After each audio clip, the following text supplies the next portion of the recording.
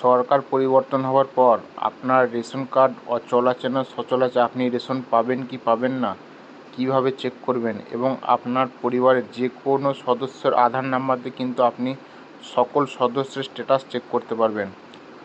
তো কিভাবে করবেন, নিজের ফোন থেকে যে কোনো ব্রাউজারের food.wb.gov.in লিখে সার্চ করতে পারেন, বা রেশন কার্ড লিখেও আপনি সার্চ করতে পারেন।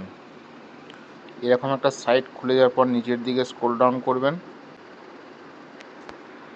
Link Aadhaar with ration card, common application form, ration কার্ডের সাথে mobile number, link, verify ration card, এবং তার নিচেই পাবেন apply for new ration card.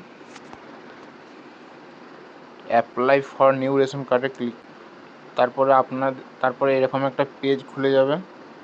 এই পেজে এখানে আধার নাম্বার দিতে হবে, আধার নাম্বার, এখানে বক্সটা টিকমার্ক দিয়ে সেন্ড ওটিপিতে ক্লিক করতে হবে। আধারের সাথে যে মোবাইল নাম্বার লিঙ্ক আছে একটা ওটিপি যাবে,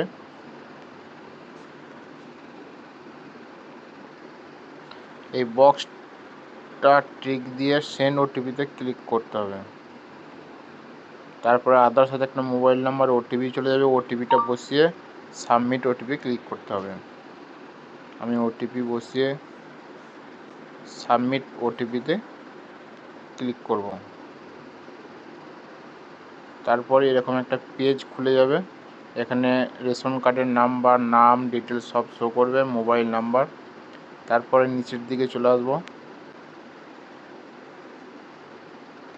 এখানে দেখতে পাবেন উপরোক্ত রেশন কার্ড কি আপনার।